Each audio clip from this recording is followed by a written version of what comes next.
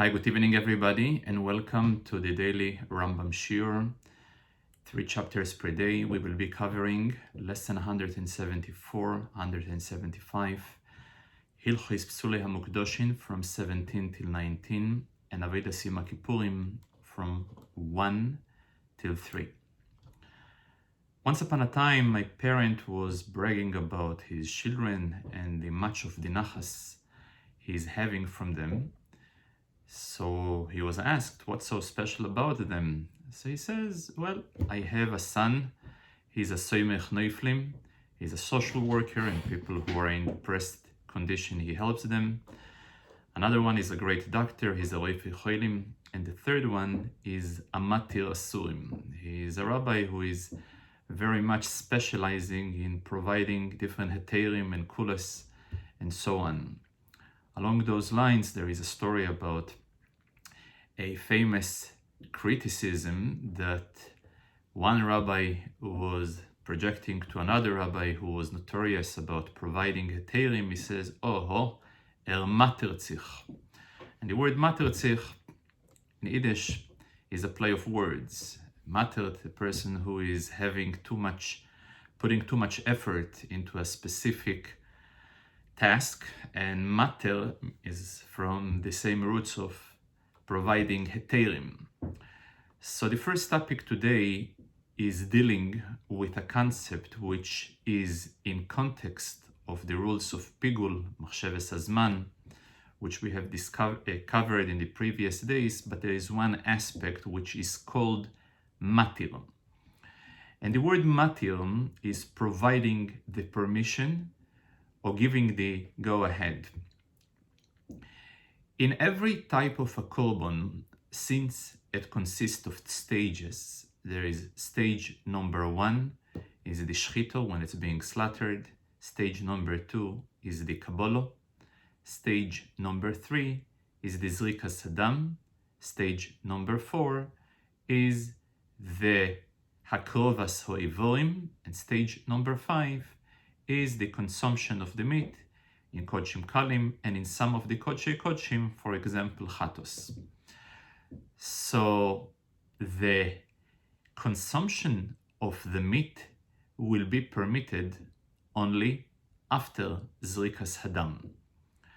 So zrikas hadam, the sprinkling of the blood upon the corners of the mizbeach, is the matir of the consumption of the meat. In fact, the zrikas the koimetz, for example, when you are placing the koimetz on top of the mizbeach, this is the matir. This is the one who gives the permission for the consumption of the flour offering, of the mincha, of shiori hamincha. So there is the matir and the nitor. The matir is the one who gives the heter, and the nitor is the one who receives the heter. For example, even the zrikas hadam, in addition to giving the permit for the consumption of the flesh, in fact, it gives the permission to bring first the imurim, the fats, on top of the mizbeach, and the imurim, they are sort of the matir of the personal consumption of the meat as well. So in order to create a situation of a pigul, to disqualify the korban in machsheves hazman, it is necessary that the wrong thought will be stretching throughout the entire matir. If it was stretched only to a partial matir, so the pigul is not going to be effective. And here is a perfect example. There is 2 types of hazoeh in korbanos, 2 types of sprinkling. There is some sprinkling that is being done by korbanos which are being slaughtered outside the heichol, most of the korbanos, and they are for the typical chatoes, oilois, ashomois, most of them are being done outside. And then there is type of korbonos hana'asois befnim. For example, in the seirei par vesoyer shel yom haKippurim, there is also par helem dover shel tzibur. Some exceptional korbonos, the actual sprinkling of the blood is being done inside the heichol on the mizbeach hapnimi, not in the mizbeach hachitzoni.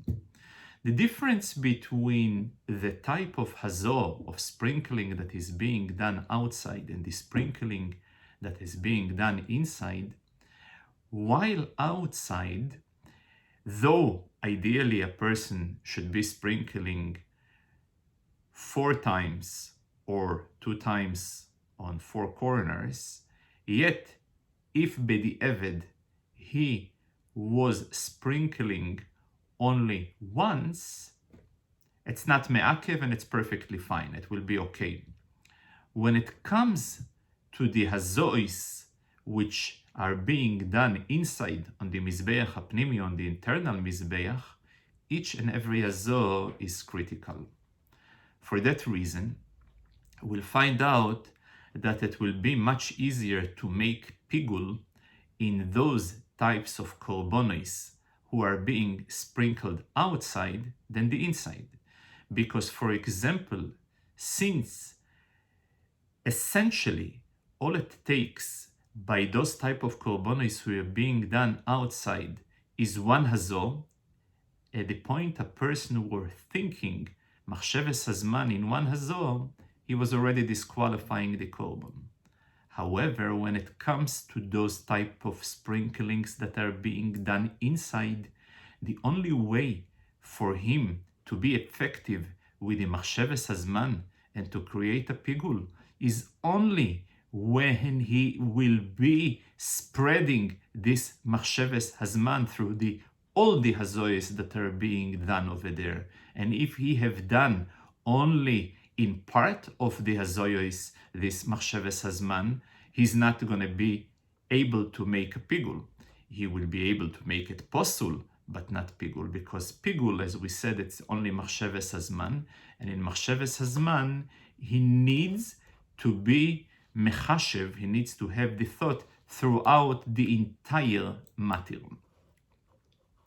Another requirement that is necessary to be effective in machsheves pigul is location. For example, if a person is standing in the wrong location, and in this case we'll take one example from the illustration, he stands in the azor. Azor is considered to be outside the heichol, outside the chamber, and he thinking about something that is being sprinkled inside with the intention to, of course, he's thinking while it's being slaughtered, because otherwise his thought is not going to be effective. But he's thinking that whatever sprinkling that should be done there today will be done there tomorrow. So since he is located physically outside, his thought is not going to be effective. If he will be thinking about the aspect for the haktoras ho'imurim, for example, that is being done outside, and his thought that the haktoras ho'imurim, the burning of the fats, will be done tomorrow, then his thought while he is located outside the azor will be effective. So again, in order to be effective with his machsheves pigul, he must be in the right location, such a location that is there, the activity is being done in that location in order to have the ability to pasul. In the relationship between the bread and the ships which are being brought on Shavuos. In Shavuos, everybody knows that there is those type of korban which is called shtei halechem, the 2 breads, which being accompanied with two ships. So in order to be able to harm the lechem with the pigul, so if a person had the wrong thought while he is occupied with the slaughtering of the sheep, the bread will be pigul, because the bread is an attachment to the lechem. However, if he is having the wrong thought while he is baking or consuming the bread, it's not going to be effective on the bosso, on the sheep, since, again, the bread is an attachment, is a secondary to the sheep and not the opposite. Another example that illustrates this point: if a person was having in his mind to eat this type of pigul that he was already damaged with his thought, and the way he has done it, he was eating a kezais, but the kezais consists of half azais of the bread and half of kezais of the meat. So the bread will be pigul, but not the meat, because the meat is, again, not tofel to the bread. So it's, again, I'm going to repeat, if a person, while he is slaughtering the sheep, he have in mind to eat in the wrong time a kezais, which will be consisting of half azais bread and half azais meat. So the bread is pigul because the bread is tofel. The meat can be mitztaref to the bread, but the bosso, the meat itself, is not pigul. If we're already speaking on the ships that were korev, that were brought as a korban on atzeres, when a person was thinking about even one of the chalois which are being consumed on Shavuos, that he will eat it in the wrong time, so automatically the second chalo will be disqualified, since both of them are considered to be like one entity as far as pigul goes. Of course, when it comes to tumo, if one of them became tomei, the other one was not. But when it comes to pigul, they are being viewed as one unit.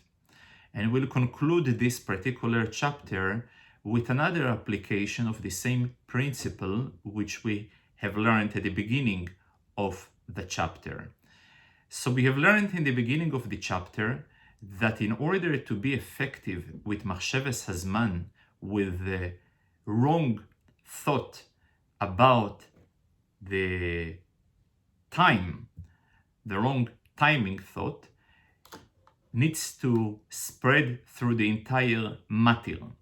So for that reason, in order to be able to disqualify the bread, he needs to have the wrong thought throughout the entire slaughter of both of the sheeps. If he had only one sheep, the wrong thought while he was slaughtering one sheep, it's not going to be sufficient to make it pigul, since ein mefaglin bechatzi matir, through half a matir, a partial of the matir, you cannot go and be mefagel. However, if he was having in mind to harm through his thought not the bread but the actual sheep itself, then he will be able to harm this sheep that he was thinking the wrong thought will be defected, will be harmed, will be pigul. The other one will maintain its kashrus. And the reason is because the matir can be viewed as a matir in relation to the bread. So when it comes to harm the bread, you gotta use both of the kvosim, both of the sheep, in order to create a combined one long matil. But if the issue is to puzzle the sheep itself, then you don't need both of the kvosim. Even one keves will be able to harm the keves itself. In the second chapter, the Rambam deals what will be the destiny of defected korbonos or piguldike korbonos, those type of korbans who became pigul. Though that any type of thought, wrong thought, is forbidden, and in some cases will bring a status of a pigul, which is faced with the punishment, of course, of the person who will consume the pigul. However, the person who made this flesh or bread into a status of pigul, though he was violated a lav, lo yechoshev, but since it is a lav she'ein bo ma'aseh, there is no action involved, there is only thought, he is not going to get malchus. But if the korban is pasul and someone consumes it, he will get malchus. If happens to be defected with machsheves hazman and it turns to be a pigul, he will get kores. And if he have done it bishgogo, he will bring a chatos. As we have mentioned in the previous, previously, since there is a distinction between the matil and the nitol, so the consequences of the Surei Lav and the Kores is only applicable to the nitol, not to the matil. We'll use the same examples. If a person throughout the sprinkling of the blood was having the wrong thought about the flesh, so the flesh, which is the nitol, will be affected and defected in the sense that becomes pigul, and whoever consumes the flesh will be punished. But the blood itself is not gonna get pigul because it is the matil. For example, koimetz, when it comes the actual koimetz, which since the koimetz is the matil and shiori hamincho is the nitol, the koimetz cannot become pigul. There is even some items and product that cannot never be exposed to a pigul. For example, the flesh of chatois hanisrofos, which are entirely being burned outside Yerushalayim, or menochos hanisrofos, those type of offering, again, that they are being burned outside Yerushalayim as part of their process, as soon we're going to learn in Ilchos Yom Kippur. So those type of products will never going to be exposed to a possibility of pigul. Then the Rambam deals with something which is called noisol.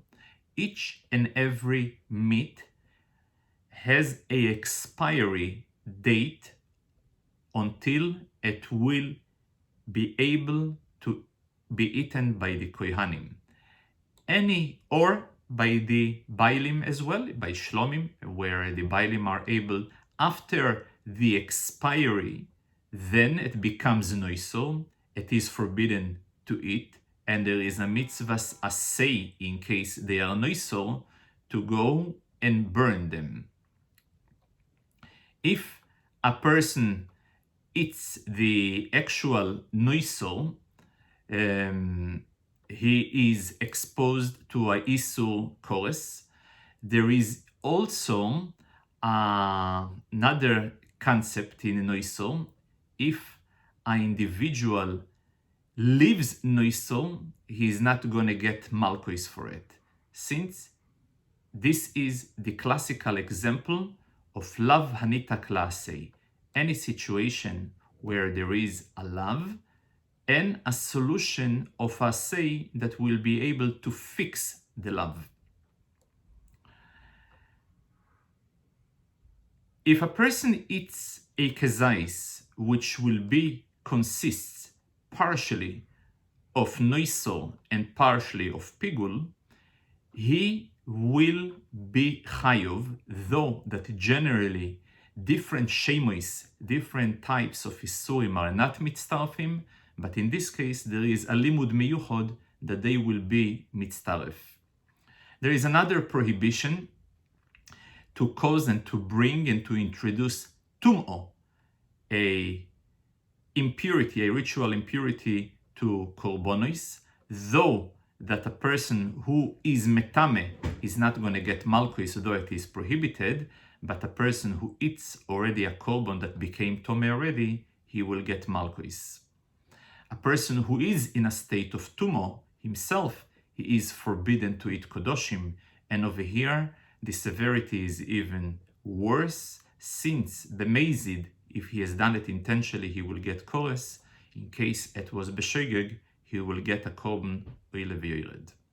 In the last chapter of Hilchos Pesulei Hamukdashim, the discussion is around what do we do now. So, kodoshim who became tomei or pigul or other problems, they are being burned. The location of the burning of those kodoshim depends if it is certainly it was disqualified, it became posul, or it is in a doubt.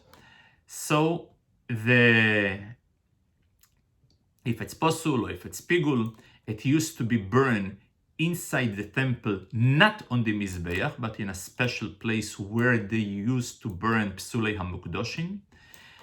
Then those porim useirim hanisrofim, which are generally in case of Yom Kippur, goat and bulls that are being brought, some of them, or we have learned before, when Beis Din had a wrong instruction, so they ideally, in case they were offered properly according to the protocol, they were burned outside Yerushalayim. So ironically, only if they became disqualified, only then they used to burn them inside the Beis Hamikdash. So by Purim and Seirim and Nisrofim, it works in a reverse. If they are kosher, then they being brought outside Yerushalayim, and if they have damaged, then I'm burning them inside the Beis Hamikdash. There is one interesting subject that is being dealt towards the end, and this is regarding that, generally speaking, throughout the entire Torah, I will always try to minimize damages as much as possible. Which means, if a person is in a state of impurity, I would still be careful to guard him. He should not get more into a state of impurity, of a higher or more intense level of impurity. For example, because we know in impurity there is levels, there is avatum, or rishon letum, or sheni letum, and so on. So generally speaking, if a person is tomei in sheni letumo, in a second degree of tumo, I will be careful and I will prohibit him to expose himself to a rishon letumo, certainly not to avatumo, and so on. There is one exception, and the exception is when the process of burning of tomei items, of korbonos. So in such a case, though in the process I'm piling together different organs and limbs of korbonos, some of them have a first degree of tumor, the other one second or third, I don't care if they are piled together and they are being contaminated from each other, and some of them are suddenly finding themselves in an increase of a level of tumor, since anyway, while they are heading to be burned, I don't pay attention to this particular exposure. Towards the end, the Rambam brings an entire list of some Isurim that their destiny is to be buried, and some Isurim that their destiny is to be burned. For example, as we have just mentioned, any meat of Kodesh that remain anoiso, a leftover, contaminated, or just disqualified, hair of a nozir, olo, and klai haKippurim, they need to be burned. The burial takes place in those type of kodoshim who died, shoyer haniskal, any animal who were goring, and the process, or goring, or not necessarily harming and able to bring death upon a person. So the ruling is he needs to be stoned, and after he is dead, the animal, I must bury him. I cannot benefit from him. Eglu arufo is the calf that must be chopped when a person was found between two cities and the murderer, the identity of the murderer is not known. Bosor v'chol of meat and meat together must be burned. Chulim that were slaughtered in the Azon. Now, the light part in Kvur, that the item itself is not being destroyed. The problem in Kvur, and that you're never allowed to benefit in any shape or form.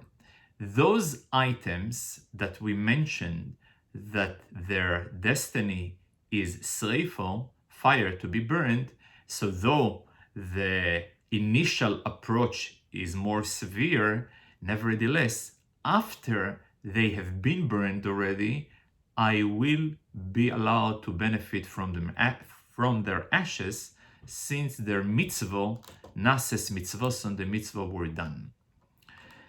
And one more issue that is being introduced in our case, if a person was appointing a kohen to do his services and officiate the slaughter and the other services that are associated with the korban, and he informs him right away, your korban became pigul due to my wrong thought, he will be reliable. However, if after a while he met the korban on the he met the kohen on the street and he informs him, well, your korban that I've made for you a while ago happens to be pigul. So then it is up to the sponsor of the korban, if he trusts him, so he can treat the korban accordingly and also collect whatever he owes him. But if he is not reliable, nothing he can do about it. Lesson 175 covers the rules of Yom HaKippurim. Hashgocha Protis, that this year that Rosh Hashanah fell on a Shabbos, and the day that the Avodah of Yaakov Holach Ledarko, which is Shabbos Bereshis, happens to be also on a Shabbos.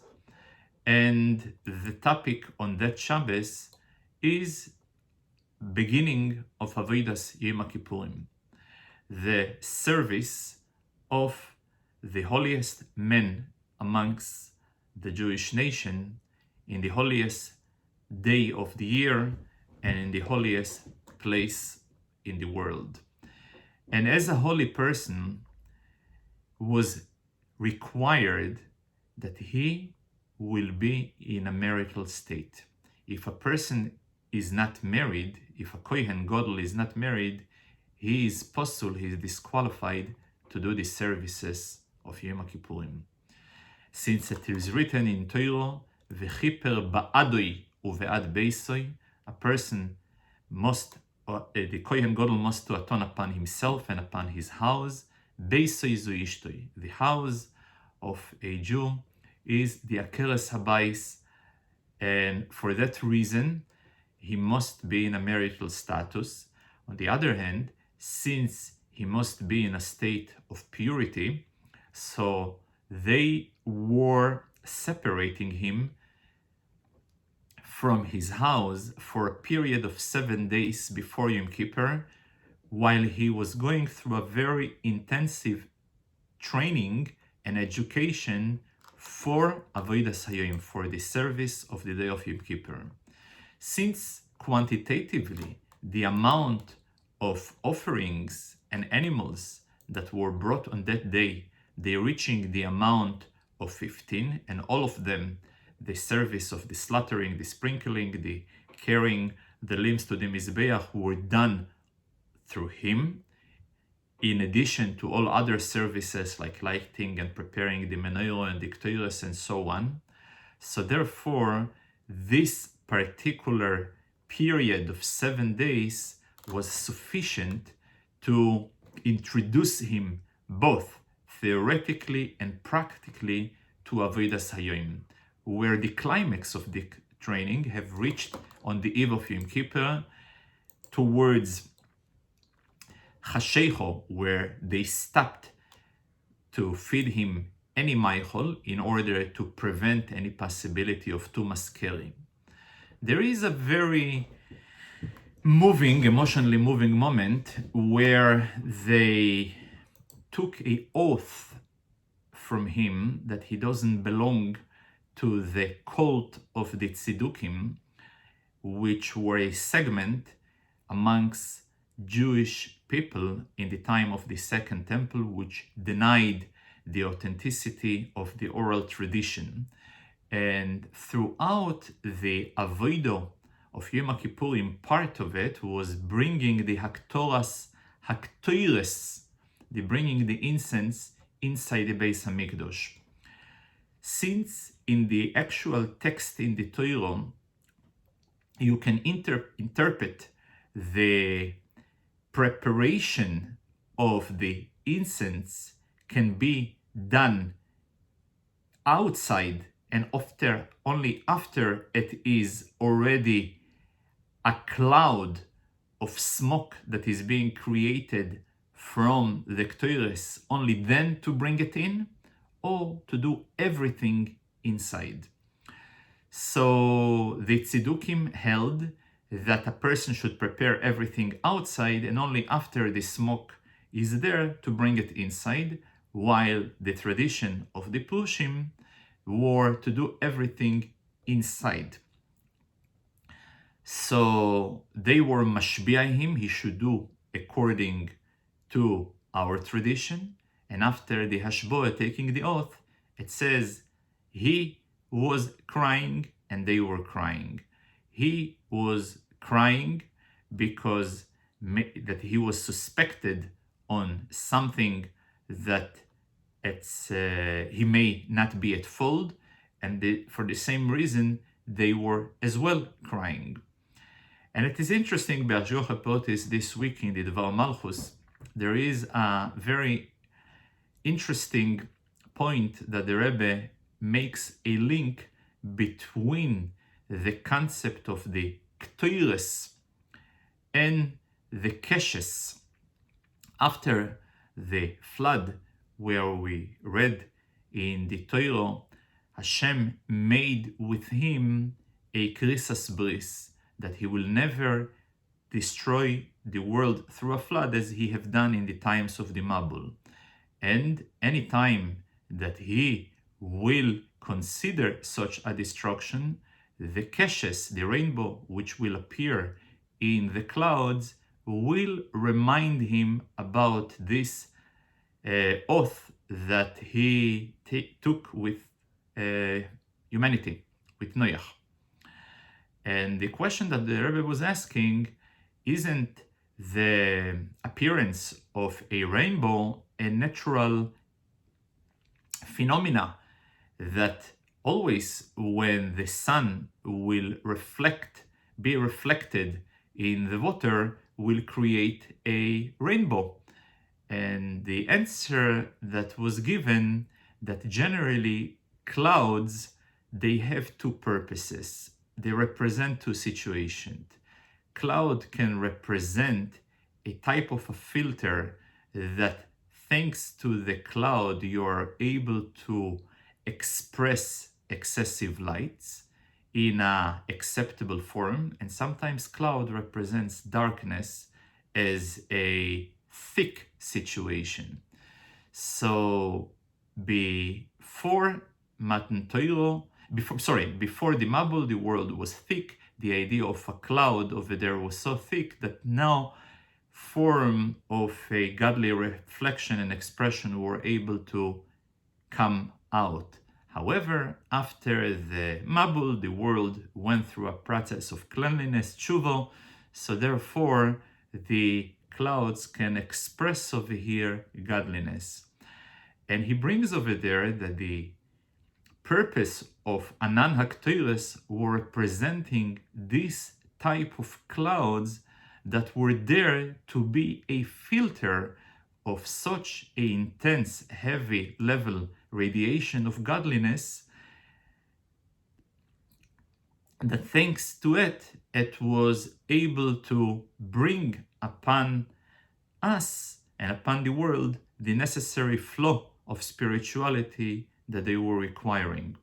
Based upon this explanation, you can make sense why indeed our tradition required the entire preparation to be done in the Kodesh HaKodashim, since in order to bring such an intense level of godliness, Kashti, Dovel Hamukdashim, we're talking over here about the appearance, the presence of Atzmus, Nimtzo, Sheloi Bimtzius Nimtzo, such a high intense level, it is doubtful if you can go and bring it upon when you are starting it outside the proper location that fits for it.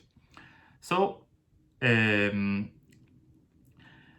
the Leil Yom haKippurim, in the eve of Yom haKippurim, was basically an entire night, which was a Leil Shimurim. They made sure that the Kohen Gadol will be up, and they were entertaining him by reading texts from the Torah, Nevim, Ksuvim. If he was able to do it himself, he was the one who was reading, until the dawn appeared and the actual services have started. And in the second chapter, the Rambam describes the change of his garment back and forth throughout the day for about 4 times, from golden garments to white garments and so what. The general ruling that the exclusive jobs for Yom Kippur only were done in Big Day Lovan.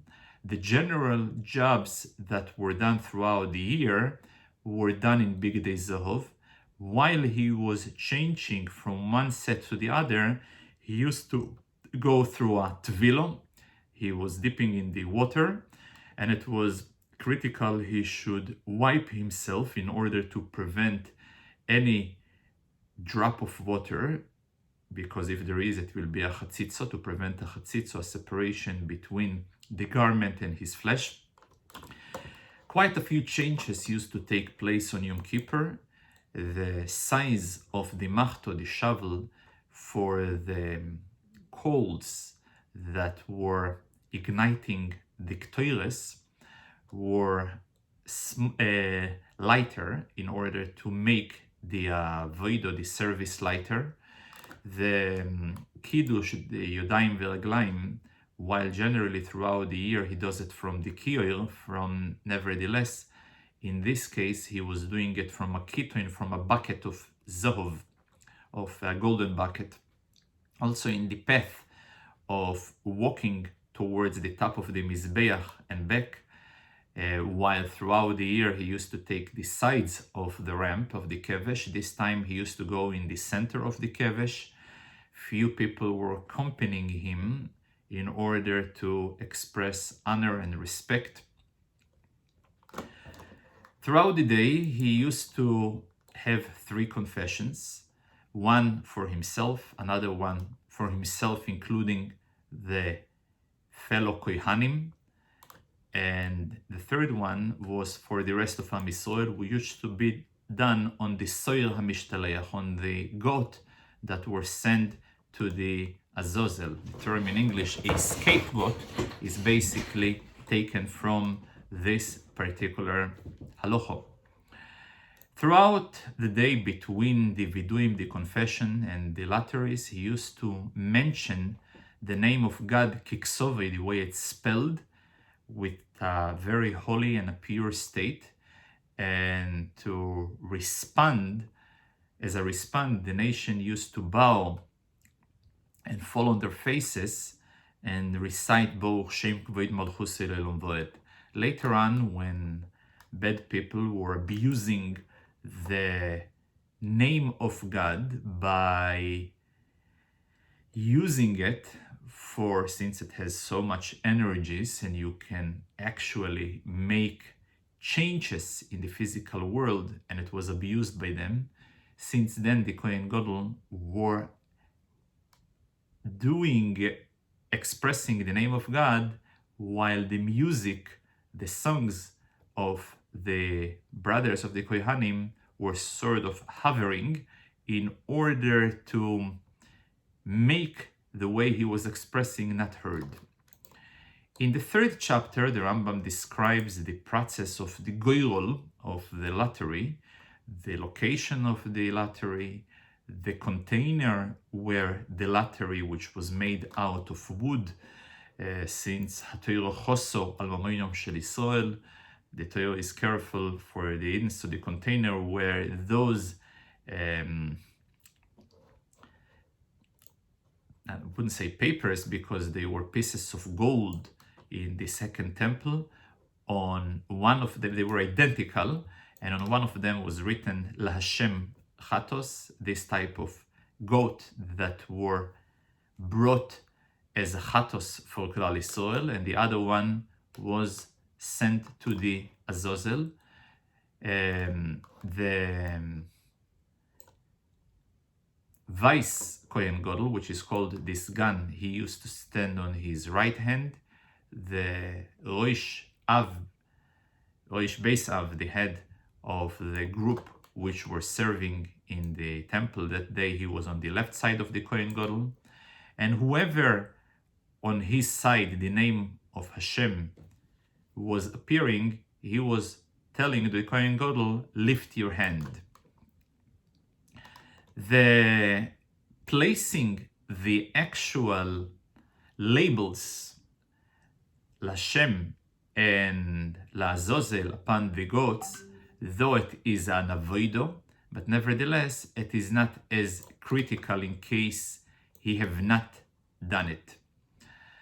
However, the actual goyrol, the actual lottery, though it is not an avodah, it's not considered a service, but nevertheless it is me'akeves, it is critical, and without this he cannot actually go and send the soil l'Azazel. So we see the idea of a lottery is very, very important, and I think it will be appropriate also to note that exactly 70 years ago, in connection at that time when Stalin, Imach Shemoy, had this libel where he was considering to make a pogrom against the Yidden in Russia by the famous libel against the doctors. At that time, the Rabbi was reciting on Purim the Maimer Alkin Koro Layomim Ho'il Purim, exactly 70 years ago, 70 and a half years ago.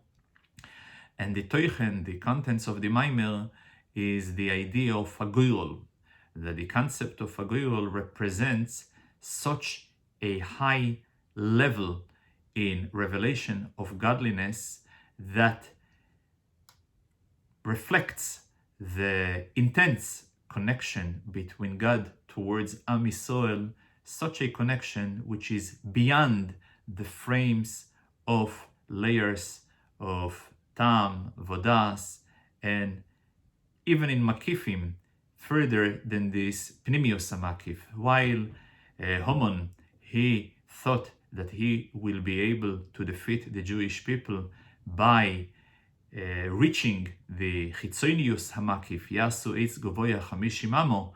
The idea of Purim, the idea of goyrol, represents the pnimius hamakif, which despite the och Esov leYaakov mitzad pnimius hamakif, there is a Yaakov, oihav es Yaakov. So appropriate to say it in those days when Hayomim Mo'ilen is Korim Venasim.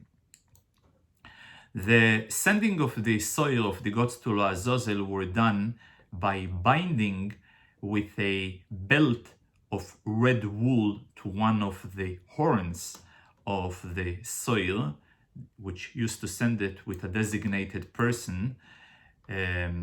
Throughout, also in the many Kabbalah Sforim, it's being explained what is the idea of sending the goat to the Azazel. The soil and par hanisrofim, those type of goat, and the bull that used to be burned, part of it he used to sprinkle inside the Kodesh HaKodashim, part of it he used to do it from outside on the poriches, and then he was mixing the blood of the dam and the blood of the soil and were sprinkling upon the internal Mizbeach, a total of 43 sprinkles. After those hazoyos sprinkles, he used to send the goat to the midbar. There is a very interesting description about those huts that were provided on the way, the escorting from one hut to the other, the providing food if it's necessary. And while the imurim were burned on top of the Mizbeach, the flesh used to be sent outside the city. At that time, the Kohen used to read the Torah, so a person were not able to appear simultaneously, see how the goat is being burnt, and see the Kohen while he's reading the Torah. Part of the verses he read in the Torah was from inside, and part of it was by heart, the part that describes the korbanos in Parshas Pinchos. And towards the end of the Kriyas HaTorah of the Kohen Gadol, he used to read 7 blessings, where the final sentence is such a appropriate, such eternal, and so much meaningful, especially in these days, where he concluded with the brocho, Hoisha Hashem Amcho Yisrael, provide a salvation to your nation Israel, She'amcho Yisrael tzrichim lehivosha, that your nation Israel, they must have a salvation. Baruch Ato Hashem Shemei Tfilo. Thank you.